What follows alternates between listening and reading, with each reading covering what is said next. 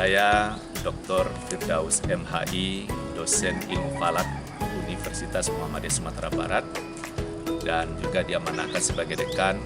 Hari ini saya berada di Hotel Bukit Gadang di Kabupaten Sijunjung.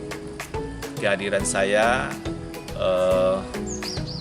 untuk memfasilitasi atas saran Ketua Umum Majelis Ulama Indonesia Sumatera Barat, Buya Dr. Haji Gus Rizal Ghazahar LCMAG. Dia berkeinginan kalau untuk observasi bagaimana keakuratan tentang waktu subuh harus dibawa alatnya. Dia tantang saya, bisa tidak dihadirkan? Lalu saya jawab beberapa SDM-nya. Maka saya bangun komunikasi dengan Pak Dr. Arwin Juli Rahmadi Butar-Butar. Alhamdulillah hadir.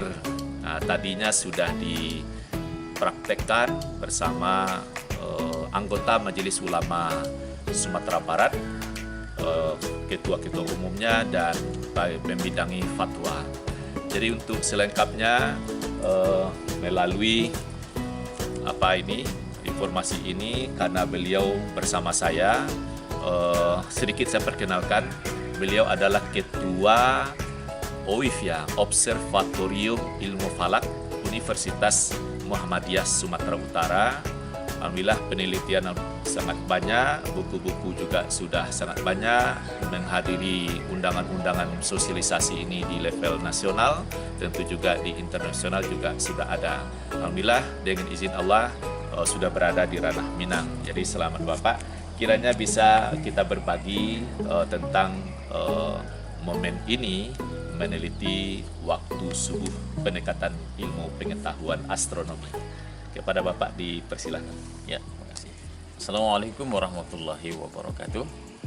Alhamdulillah wassalatu wassalamu ala Rasulillah wa ala alihi wa sahbihi wa wala. Pak Dr. Firdaus, terima kasih atas kesempatan yang diberikan dan terima kasih juga atas kesempatan silaturahim untuk bisa datang ke Sumatera Barat secara umum, yang bagi saya pribadi ini yang pertama sekali saya menginjakkan kaki di tanah Minang ini. Alhamdulillah, wa jazakallahu anna khairan. Adapun terkait dengan agenda kita pada hari ini atau beberapa hari ini, seperti disampaikan Pak Dokter tadi, persis tadi pagi sejak sebelum waktu subuh sampai saat ini kita masih melakukan perekaman atau pendokumentasian kecerahan langit dengan menggunakan instrumen yang bernama SQM, Sky Quality Meter, yang mana sampai saat ini alat ini masih merekam. Jadi kita mengambil data sampai dengan kira-kira mendekati terbit matahari. Nah, salah satu tujuan dari kegiatan ini adalah tentu yang pertama kita hendak memberi edukasi atau wawasan tentang ilmu falak khusus terkait dengan waktu subuh atau awal waktu subuh, yang seperti kita tahu belakangan ini ada perbincangan, ada perdebatan tentang perubahan awal waktu subuh. Berikutnya lagi adalah memberi wawasan secara umum, baik secara syariat, secara literatur, secara sejarah dan seterusnya. Mudah-mudahan ini nantinya bisa sama-sama difahami dan sama-sama kita lebih paham dan lebih arif menyikapi persoalan yang sesungguhnya ini bersifat ijtihadiyah. Karena itu dalam momen kali ini atas prakarsa atau undangan dari MUI Sumatera Barat, dalam hal ini melalui Pak Dr. Firdaus, mudah-mudahan agenda atau kegiatan kita ini bisa berjalan dengan baik dan memberikan wawasan yang terbaik juga kepada peserta untuk selanjutnya bisa diterapkan dan diceramahkan atau diinformasikan kepada masyarakat di tempat tugas masing-masing. Itu barangkali yang bisa sampaikan. Saya kembalikan kepada Pak Dr. Terima kasih Pak Dr. Arwin. Kepada pemirsa saya ingin memperlihatkan peralatan yang sudah standby dari pukul 4 dini hari tadi. Yuk kita ikuti. Ya.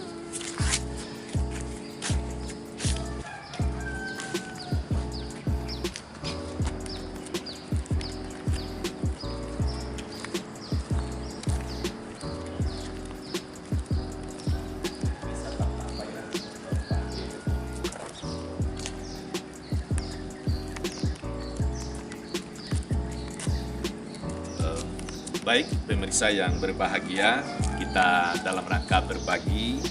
Ini alat yang sudah dipasang langsung dibawa dari Medan. Sebelum Medan singgah dulu di Jakarta, sebelumnya di Kanada ya. Iya.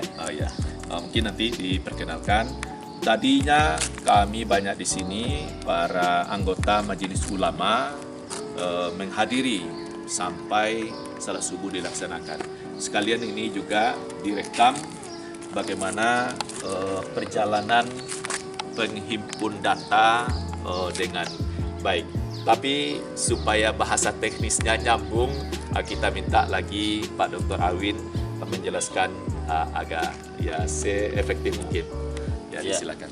Ya, baik, pemirsa, ini instrumen yang dinamakan dengan SQM Sky Quality Meter, alat untuk mendeteksi polusi cahaya dalam fungsi awalnya, tetapi dalam perkembangannya bagi para peneliti astronomi khususnya yang membidangi dalam kajian awal waktu subuh, alat ini difungsikan atau dialihfungsikan untuk mendeteksi kehadiran fajar sodik, yang mana proses bekerjanya alat ini disambungkan atau dikoneksikan dalam komputer atau laptop, yang mana data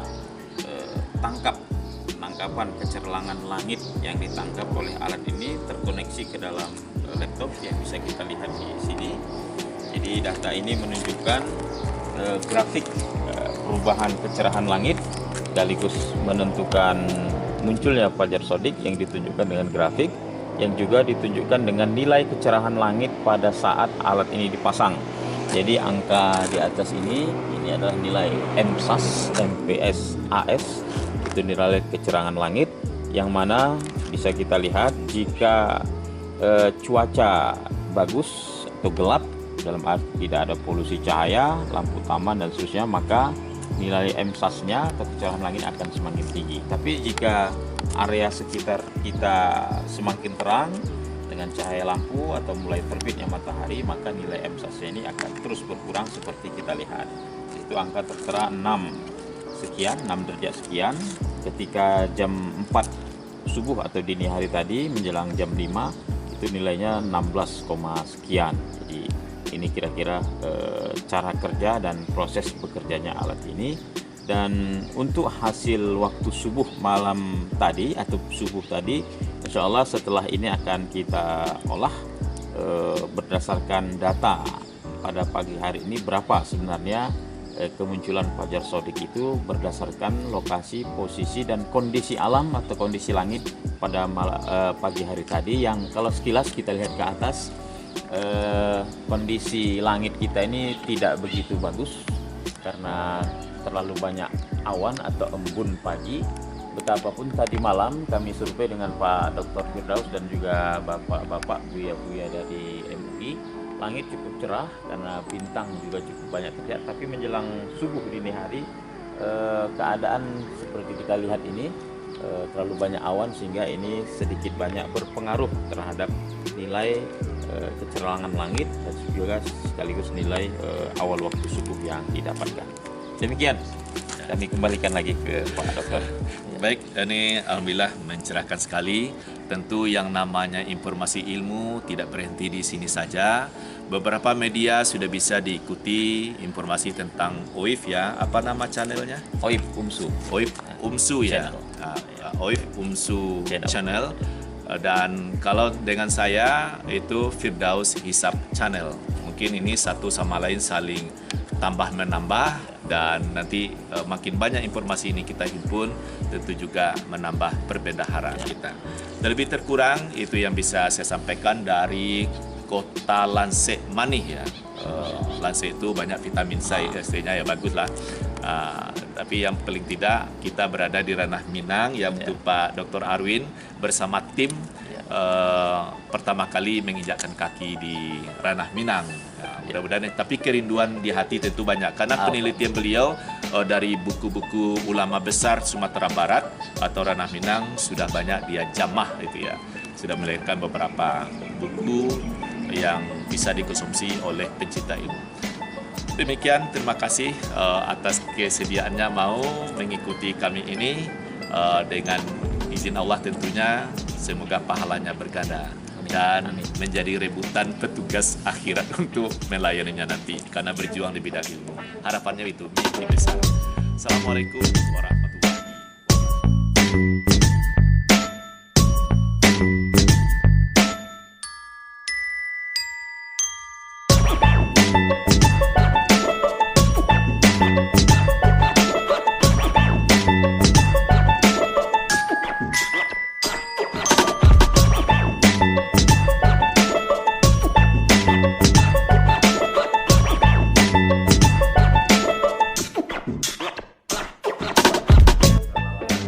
Diwakili oleh Bapak Wakil Rektor 2, Pak Dr. Sultan. Selanjutnya yang saya hormati Bapak Dekan Fakultas Agama Islam, Pak Dr. Firdaus, yang juga sahabat dan kolega saya dalam menggeluti dunia langit atau dunia ilmu falak. Selanjutnya yang sama kita hormati para sumber kita, Bapak Nursal dan Ibu Desi. Pra kemerdekaan dan sampai dengan hari ini. Yang pertama, kita mengenal konsep penentuan awal bulan yang digunakan oleh Persyarikatan Muhammadiyah. Muhammadiyah menggunakan konsep yang dikenal dengan hisab hakiki wujudul hilal dengan 3 parameter yang penggunaannya secara kumulatif. Yang pertama, ijtima atau